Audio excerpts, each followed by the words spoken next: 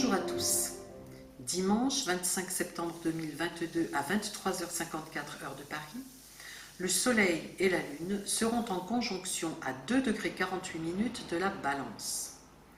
Les énergies de cette nouvelle Lune en Balance s'associent aux énergies de l'équinoxe d'automne du 23 septembre qui seront particulièrement fortes jusqu'à la Saint-Michel le 29 septembre. C'est une période propice à la perception des oppositions en nous et à l'extérieur de nous, comme deux aspects d'un tout plus grand. Cette hauteur de vue peut être d'une grande aide pour trouver l'équilibre, pour nous centrer et dépasser nos contradictions, nos tiraillements et nos conflits intérieurs et extérieurs. Avec la Balance, signe éminemment relationnel, il est question d'harmonie, de justice, d'équilibre, en particulier entre soi et les autres. La nouvelle Lune à 2° de la Balance est maîtrisée par Vénus, qui se situe à 25° de la Vierge, conjointe à Mercure à 27° de la Vierge. Ces deux planètes, tout en baignant dans les énergies vierges, sont donc en conjonction avec le Soleil et la Lune en Balance. Nos expériences relationnelles vont être sous-tendues par la continuation d'un travail de tri, de nettoyage et de purification, émotionnel avec Vénus, mental avec Mercure, qui, rétrograde, permet une plus grande profondeur de réflexion et d'analyse et demande de prendre du temps pour cela. Nos relations y gagneront en authenticité et en sérénité. En face de cette nouvelle Lune, située en fin de maison 4 dans cette carte calculée pour Paris, nous trouvons Jupiter, rétrograde lui aussi, en fin de maison 10. Nous pourrons ressentir un tiraillement entre le besoin de nous centrer sur notre vie privée, sur l'harmonisation des rapports avec nos proches, et celui de partager dans le domaine socio-professionnel nos idéaux, nos buts, notre nouvelle façon d'être au monde qui commence à se manifester. L'opposition dans cet axe, Jupiter rétrograde, Mercure rétrograde, nous disent qu'il est bon de laisser mûrir encore quelque temps les changements qui s'opèrent en nous et de prendre soin des derniers ajustements pour terminer notre rééquilibrage interne. En cela, la nouvelle Lune et Jupiter formant un T carré avec la Lune noire en Cancer sur l'ascendant nous invite à toucher encore notre peur de quitter la matrice, notre sentiment d'insécurité. La dépasser, et même seulement la reconnaître vraiment, nous aidera à mener à son terme notre rééquilibrage émotionnel. Mais revenons à Vénus, dont l'importance pour cette nouvelle Lune est amplifiée par son intégration dans deux configurations. Elle forme un cerf-volant avec les trois transpersonnels, Uranus, Neptune et Pluton, ainsi qu'un T carré avec Mars et Neptune. Cette configuration d'un cerf-volant est composée d'un grand triangle de Terre avec Vénus, Uranus, Pluton, associé à un triangle mineur, Neptune, Uranus, Pluton, Neptune étant en opposition à Vénus. Pour rappel, Neptune est l'octave supérieure de Vénus. Vénus nous parle d'amour charnel, Neptune d'amour spirituel. Neptune est en domicile en Poisson. L'élément eau apporte une énergie complémentaire à la Terre et devient un relais pour l'expression des autres planètes. Avec l'élément eau, cette expression passe par le sentiment, par le cœur. En effet, les trigones, surtout en élément terre, peuvent rester passifs, alors que les sextiles sont porteurs de force de créativité et d'organisation. Le grand trigone de terre de cette carte est porteur d'une facilité d'ancrage de nos transformations profondes. Par ailleurs, le tri et le nettoyage effectué le mois dernier avec la lunaison en Vierge permet de mieux contacter au fond de nous le haut idéal spirituel signifié par Neptune en Poisson. Uranus et Pluton agissent dans le sens d'un changement radical et profond, et leurs sextiles agissent en direction d'un changement vers le haut idéal spirituel de Neptune. Toutes ces énergies vont dans la même direction. Et Vénus reçoit tout cela par Neptune, par des intuitions, par des périodes d'inspiration artistique, musicale en particulier, par des ressentis. Mercure, rétrograde en Vierge, donc très fort puisqu'en domicile, est en mesure de saisir cela et de le transcrire en mots, en concepts, d'autant plus que sa conjonction à Vénus est en quelque sorte une facilité pour associer la pensée et le cœur, l'intelligence et le sentiment. Il émane de cette configuration un grand potentiel d'inspiration et de créativité. Quant au T carré de Vénus-Mercure avec Mars et Neptune, il est en signe mutable. La mutabilité appelle le changement au niveau de la pensée. Il est question de transformer quelque chose dans notre mode de pensée qui doit s'inspirer de notre haut idéal spirituel et qui doit se manifester dans nos actes et surtout dans nos paroles. Mars en Gémeaux est maîtrisé par Mercure. Maintenant, si nous regardons où ce travail de transformation vise à nous conduire, nous regardons le nœud nord qui est en Taureau, donc maîtrisé par Vénus, comme le Soleil et la Lune, et il est conjoint à Uranus, porteur de changements radicaux et définitifs. Uranus, dont le carré avec Saturne, commencera à se défaire en octobre et qui, là aussi, nous indique que nous sommes sur la dernière longueur concernant notre étape évolutive actuelle dans la recherche de l'équilibre entre la liberté et la sécurité, entre la matière et l'esprit. Enfin, nous pouvons évoquer une belle assurance qui est en train de naître quant à l'expression de nos valeurs sur le plan sociétal, avec le triangle mineur Mars-Saturne-Chiron, triangle d'air et de feu. Chiron en bélier, qui indique que la guérison des blessures de notre individualité passe par l'affirmation de l'être unique que chacun de nous est. Il reçoit ici les énergies constructives de Saturne sur un plan mental, idéal, Saturne est rétrograde en Verseau, et celle tonique et communicative de Mars en Gémeaux. Pour conclure cette première partie de notre étude, j'attire votre attention sur le modèle balançoire de cette carte du ciel, modèle qui renforce la nécessité de rechercher l'équilibre cher à la balance entre deux pôles opposés, ici entre vie privée et vie sociale. Le stellium en maison 4, avec les deux luminaires, Mercure et Vénus, nous disent que cet équilibre peut être trouvé en s'appuyant sur les énergies d'harmonie de la balance et d'analyse de la Vierge, d'abord dans le cadre de notre vie relationnelle et privée.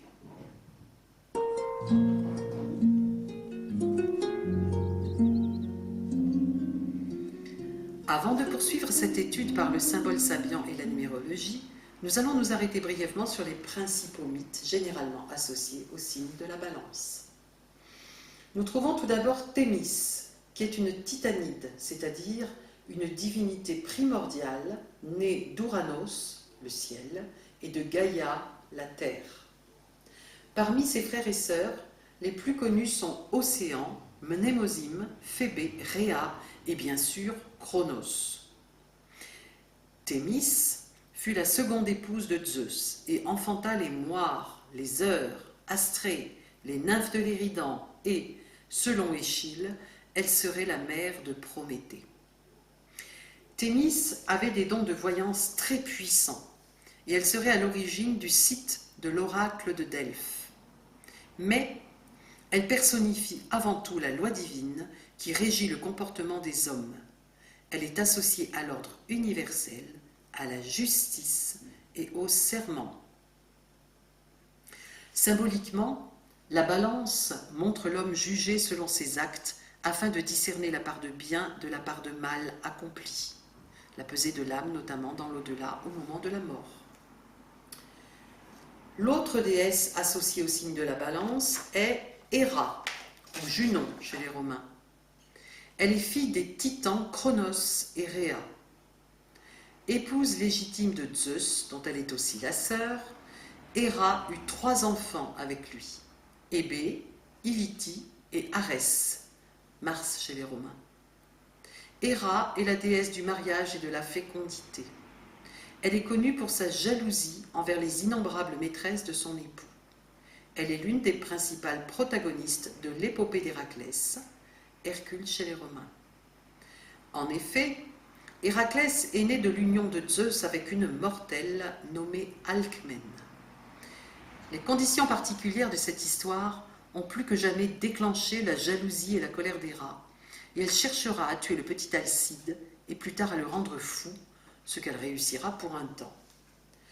Pour rappel, Alcide se verra attribuer le nom d'Héraclès par la Pythie de Delphes, lors de l'oracle lui ordonnant de se mettre aux ordres d'Eurysthée, ce qui sera le point de départ des 12 travaux. Pour rappel, Héraclès signifie la gloire d'Héra. Et justement, la troisième résonance mythologique avec le signe de la balance est l'avant-dernier travail d'Hercule, Héraclès, les pommes du jardin des Hespérides.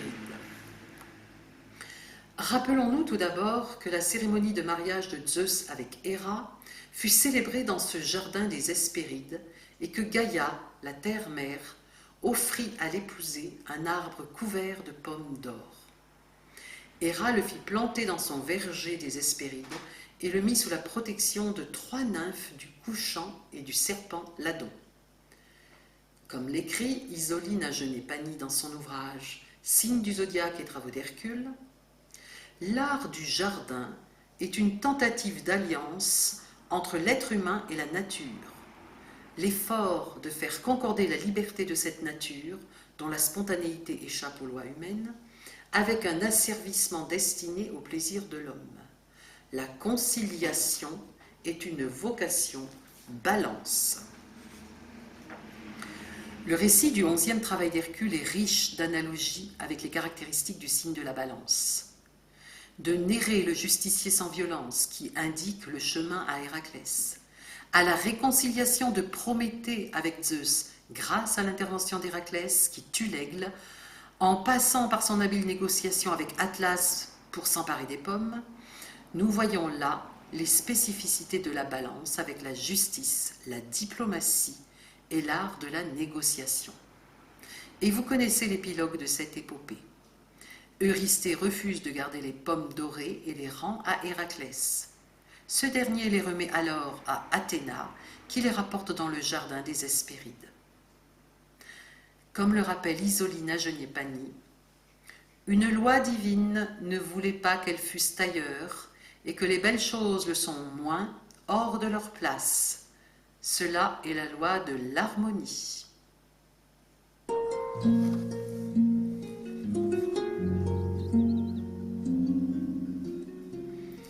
Je vous propose maintenant de regarder le symbole sabian qui correspond à la position de cette nouvelle lune. Pour une position à 2 degrés 48 minutes, nous regardons le 3e degré.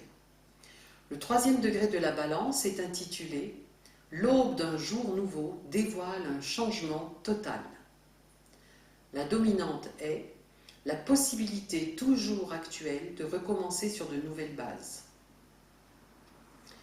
L'entité sortie non sans hésitation de l'océan infini des virtualités rencontre maintenant un monde entièrement nouveau au sein d'une forme d'existence véritablement individualisée. Cette entité, homme ou femme, est prête à avoir une action consistante dans le domaine de la culture et de la solidarité sociale. Cet homme ou cette femme est un innovateur en puissance. Il me semble que cela se passe de commentaires, excepté que nous avons encore quelques ajustements à faire pour stabiliser nos changements, notre transformation.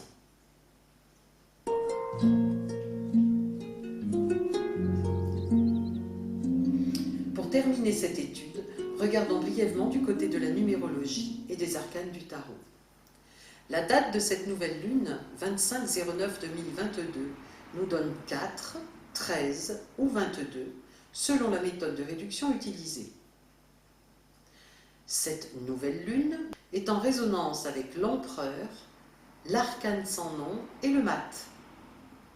Si l'arcane sans nom nous parle d'un changement radical et définitif après nous être délestés de tout ce qui ne nous était plus utile pour poursuivre notre évolution, le mat, lui, évoque cette évolution en nous signifiant qu'il est nécessaire d'avoir la foi, car le mat ne semble pas savoir où il se dirige. Il apparaît pourtant serein. Dans son baluchon, le mat emporte l'essentiel, la connaissance supérieure qu'il a acquise au fil de ses expériences et de son travail intérieur.